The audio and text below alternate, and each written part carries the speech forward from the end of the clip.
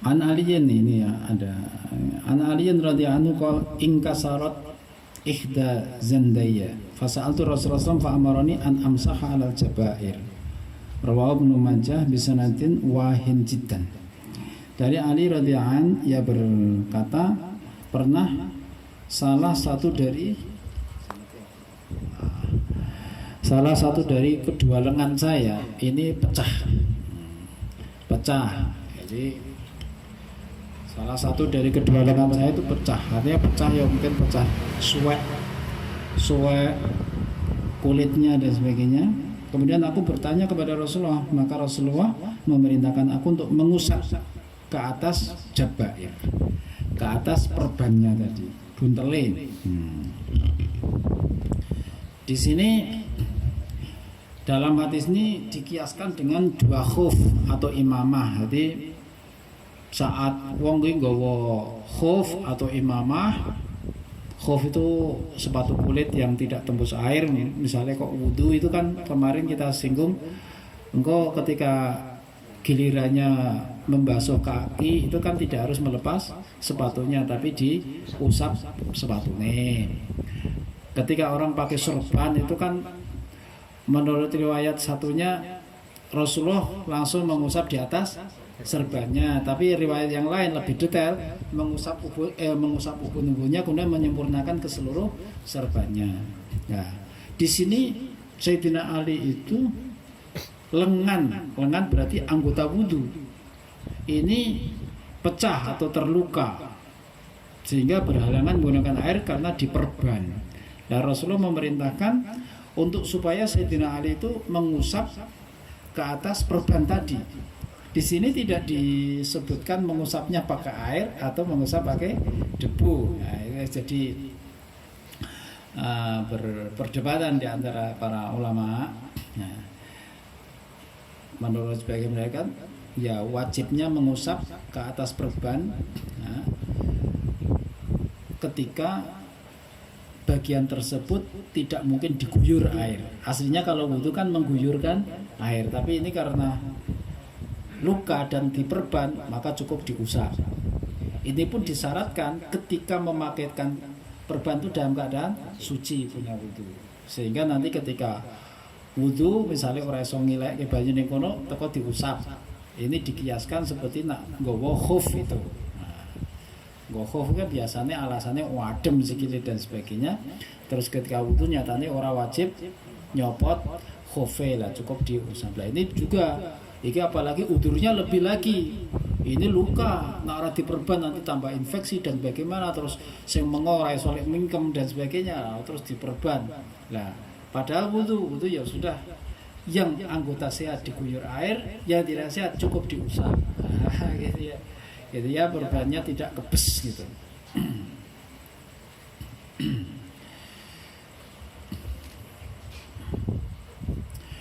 Fa inda Syafi'i yamsahu ala jabira wa yatayammamu. Kalau menurut Imam Syafi'i harus mengusapkan air ke atas jabirah perbannya tadi dan tayamum.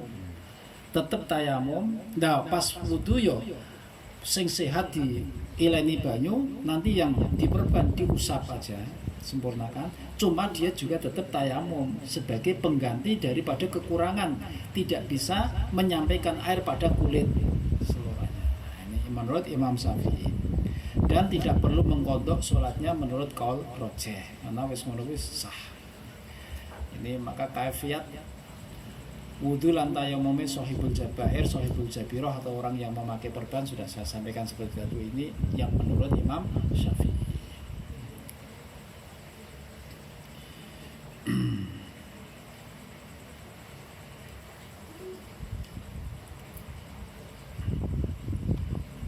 Masih ada banyak tafsir dari para imam. Wa an Jabirin radhiyallahu anhu fir rajul alladhi sujja faghtasala famata innama kana yakfi ayatayammama wa yasiba ala jurhi khirqatan thumma yamsa 'alaiha wa yaksila sa'ira jasadi, seperti yang saya ceritakan. Dari Jabir radhiyallahu anhu mengenai seorang laki-laki yang terluka kepalanya. Sujja itu kepala bocor, terluka, bolong. Kemudian dia mandi, kemudian mati.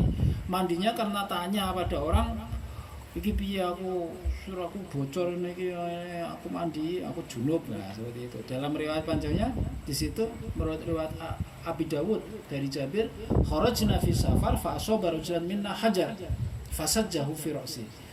Kami keluar dalam perjalanan, kemudian ada batu mengenai dari kami, kemudian melukai kepala rojul atau seorang laki-laki. Kemudian dia ikhtilam, ngimpi dadak metu mani junub akhirnya. Kepalanya luka, dia mimpi basah. Kemudian tanya para sahabatnya, apakah menurut kalian mendapatkan untuk saya kemurahan untuk tidak mandi sehingga saya bisa tayamum? Jawab, mana jitulaka rusuh. Kami tidak mendapati rusuh untuk kamu tetap harus mandi. Oh ini. Sementara kalau anta takdir alal ma, kamu mampu kan mendapatkan air ada kok.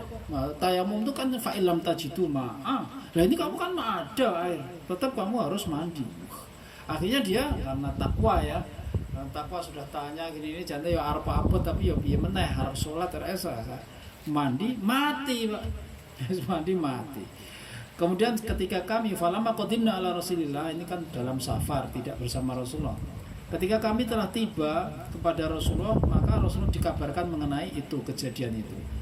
Maka Rasulullah menjawab, qataluh, mereka semua telah membunuh sahabat.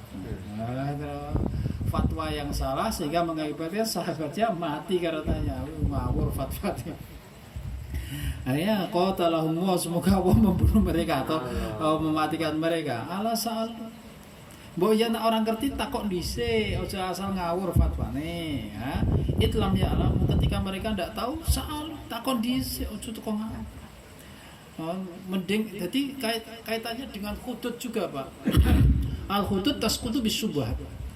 Beberapa had itu had apapun, had mencuri harus dipotong tangannya, had zina harus diranjam dan sebagainya, itu bisa gugur karena hal yang subhat, belum jelas hukumnya. Benar tidak terbukti dia mencuri tidak. Kalau bukti tidak ada, saksi tidak ada, meskipun dia belum mencuri ya ngusik, aja langsung ketok tangannya, nak kadung ketok tangannya kok ternyata terbukti bukan dia pencurinya, lah tangannya yang belek kayak piye Pak. Ya mending ya bebaskan dulu. Dene besok bisa dibuktikan, bisa ditangkap lagi kan gitu. Terus kadung itu dituduh zina, selingkuh ngene-ngene, terus akhirnya dirajam dalam hukum Islam, mati. Ternyata bukan dia yang berzina, akhirnya piye ngarep nguripke. Nah, maka had itu pun ketika dihadapkan pada hukum yang subhat, belum jelas hukumnya, maka jangan dijatuhkan hadnya. Gugur, anggap saja bebas. Nanti sampai terbukti. Demikian halnya ketika kita dihadapkan pada pertanyaan masalah-masalah agama yang kita memang belum tahu pasti hukumnya, dan ketika kita menjawab sebagaimana yang kita tahu nanti membahayakan jiwa seseorang, maka cari ibaroh dulu. Wah, musik kuwi aku ora ngerti. Nah, asale hukum ngene ning nak koyo ngono keadaane musik-musik. Ya, seperti itu mending usah sih. Berarti masalah ibadah cara saiki ora iso dikondoni sesuk. Lah nek kadung wis mati, piye? Wis ora iso salat meneh. Disolati masalah jera. Ya kan ya. Lah ini orang ngerti itu kok, wah yo ora kena, tetep kudu mandi we. Wah, mati tenan ya. Wah, iki fatwa ngawur. Dulu saya di Kalimantan ya kuwi yo sopir truk. Yo dhisik ning Kalimantan jenenge wong Jawa merantau ning kono mangan sak mangan wae, celeng ya dipangan, asu pangan, Pak. Sak nemu ning daerah sing akeh ki sing berkembang biak baik itu celeng ning kono akeh kan ora kudu tuku asal bedak ngono entuk celeng wah lemu-lemu ya pangan dan wis melu-melu ngaji. Oh iya saya pripun Pak Ustaz nerangke masalah najis mughaladah. Wis mangan kula dhisik celeng piye asu piye wong kek ula tak pangan apa Ustaz ngene-ngene. Wis sing cerita pelaku peristiwa. Wah kuwi kudu diresiki kuwi.